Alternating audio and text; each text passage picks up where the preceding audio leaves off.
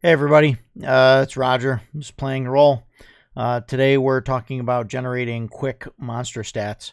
I was in a game a couple nights ago and we got to talking about generating quick stats for bad guys, monsters, whatever you want to call them, and kind of shared some of my thoughts on that. I thought maybe it would make a good video and talk about it. Now, I want to state right off the start that don't use any kind of quick monster generator for any kind of villain or a really special encounter or anything like that. Take a little bit more time and figure some of that stuff out. We'll touch on that a little bit more later. So I guess why don't I use the monster manual? I guess everything's right there, right? Just use that.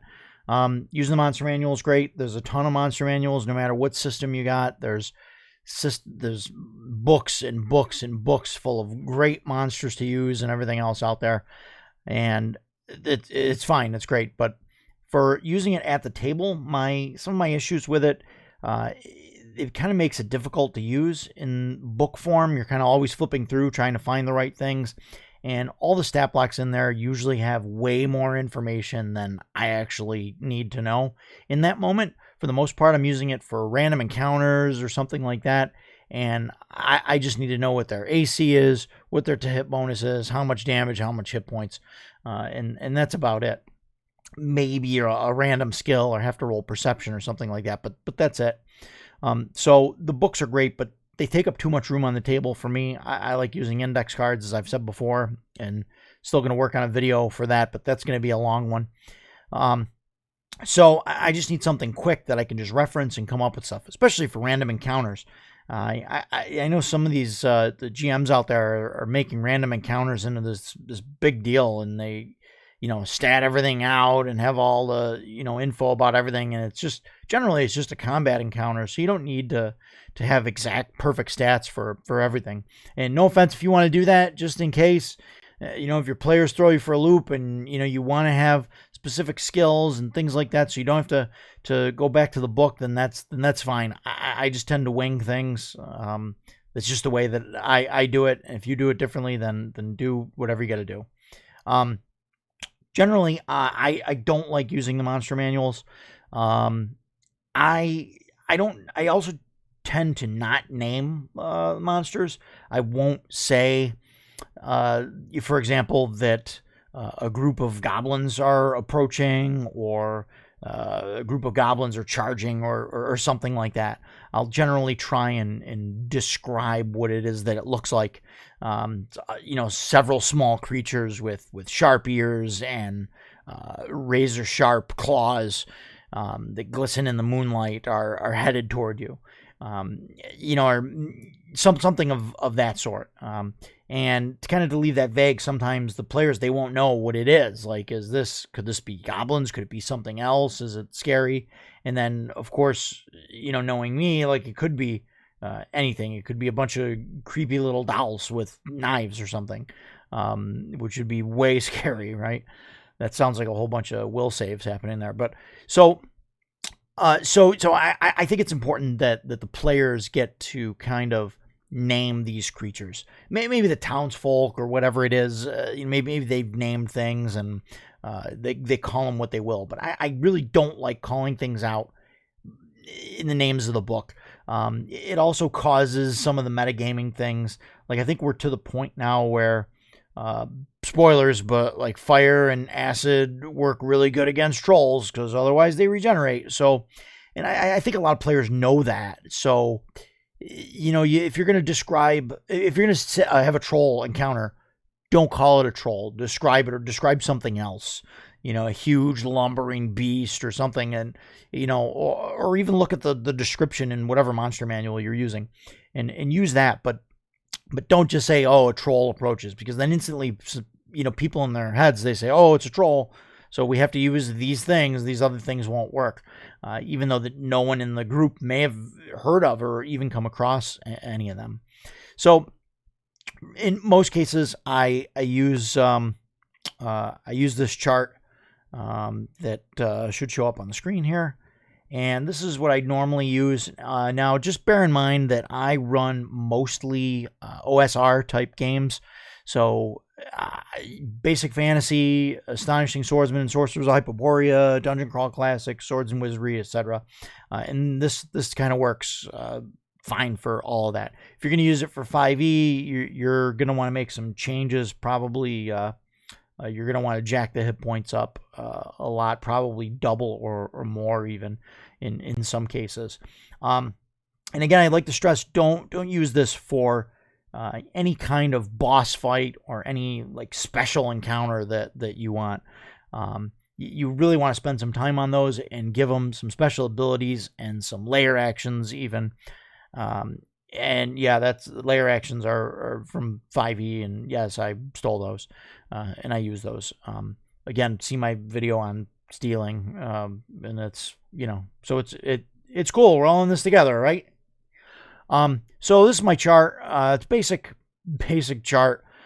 Basically, you have hit dice of the monsters, what their hit points should be, what their AC is going to be thereabouts, what their attack bonuses, how much damage they should do, and I have these two columns, good and bad, that I use for something that the creature would be good at and something that the creature would be bad at. So, for example, if we take like a 10 hit dice monster here, right? Really quick, they're going to have 50 hit points. AC is going to be 17. Their attack is going to be plus 10, plus their strength modifier. Damage is 3d8. So basically the damage, 3d8. For example, if it's say a dire wolf, right? It's got 10 hit dice, 50 hit points. AC is going to be 17. Its attack is going to be plus 10.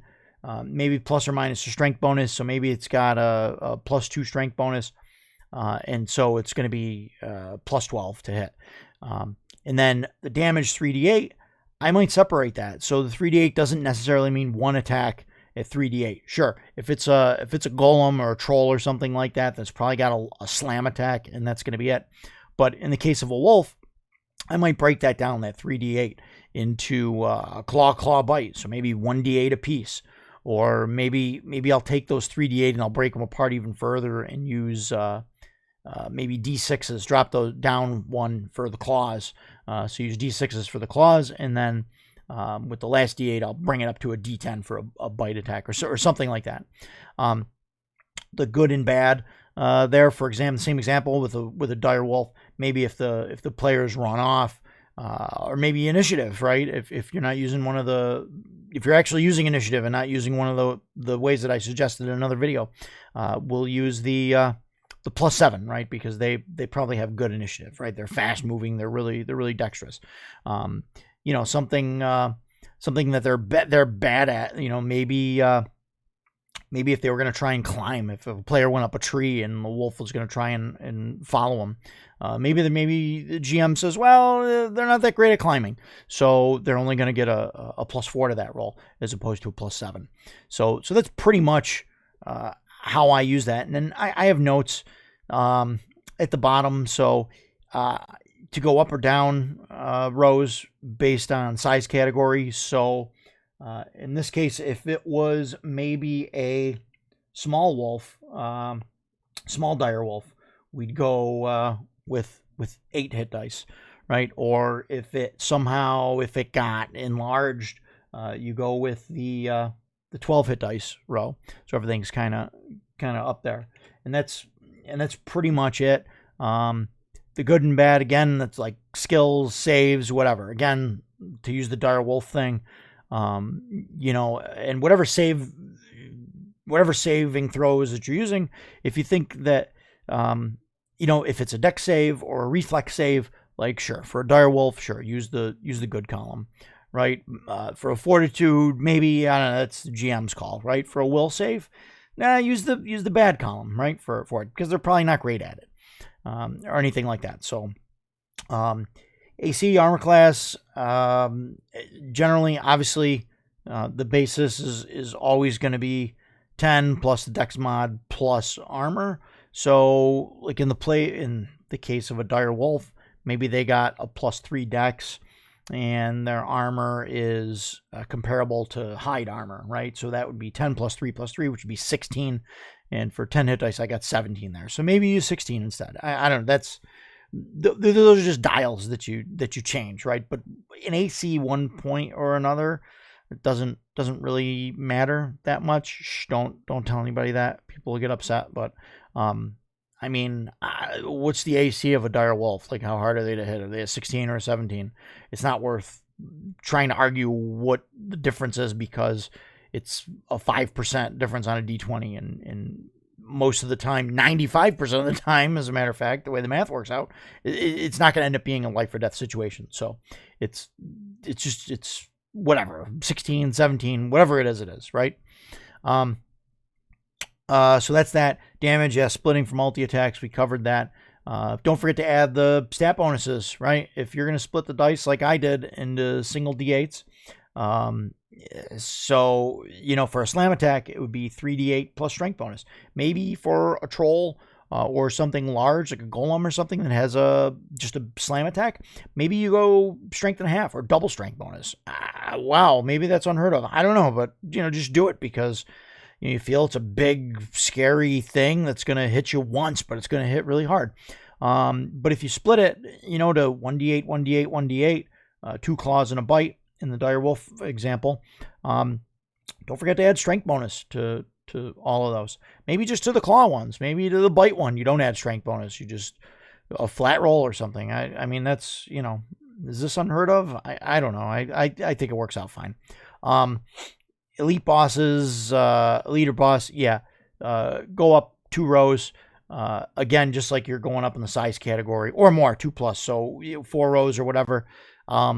Maybe go with max hit points, right, which is going to be approximately double of what I put there.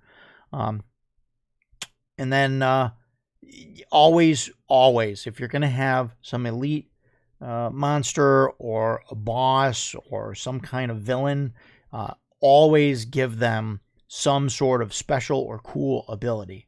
Something that makes sense for them. Obviously, if it's a vampire or something, you're going to have the life drain thing. Even if it's just a damage reduction, I'll use that when possible. I don't like a flat damage reduction. So when I say damage reduction, I don't mean reduce everything, because you might as well just raise the hit points at that point. I like damage reduction for things that are like huge, and like vehicles and stuff like that. But vehicles, that's something we'll cover in another video. But resistances are great. Okay, this monster is resistant to fire or immune to fire, right? If they're resistant to fire, they take half damage. If they're immune to it, they take no damage to it. And then damage reduction, I like to use for like werewolves, vampires, like the silver thing, right?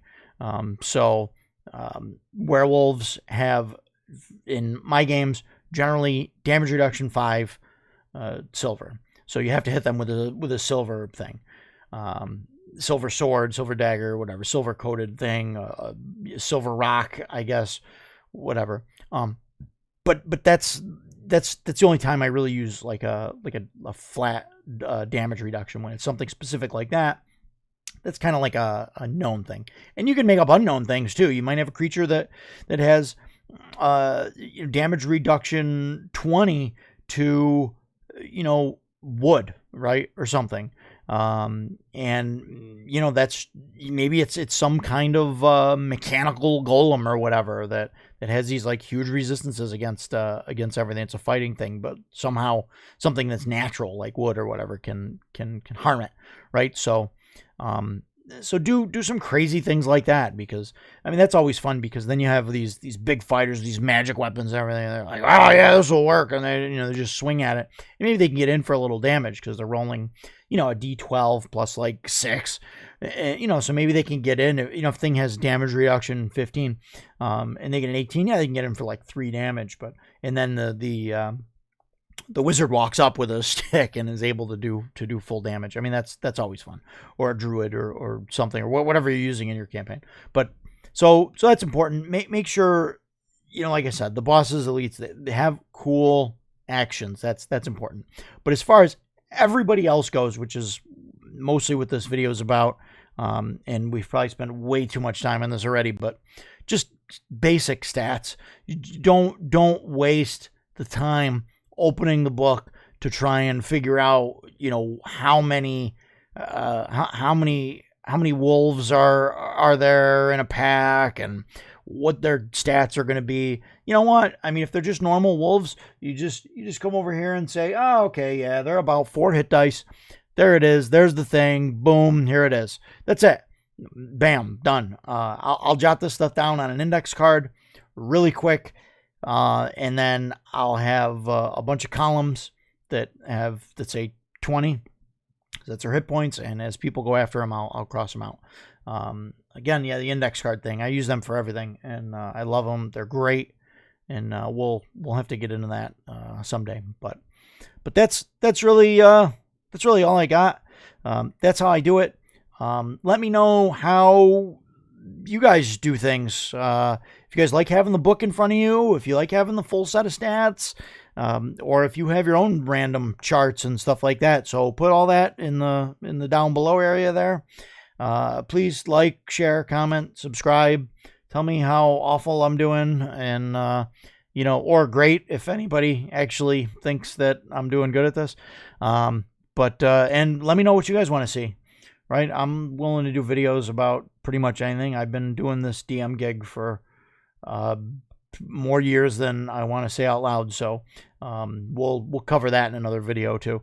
So, but that's all I got. So you guys have a great night, and we'll see you on the next one.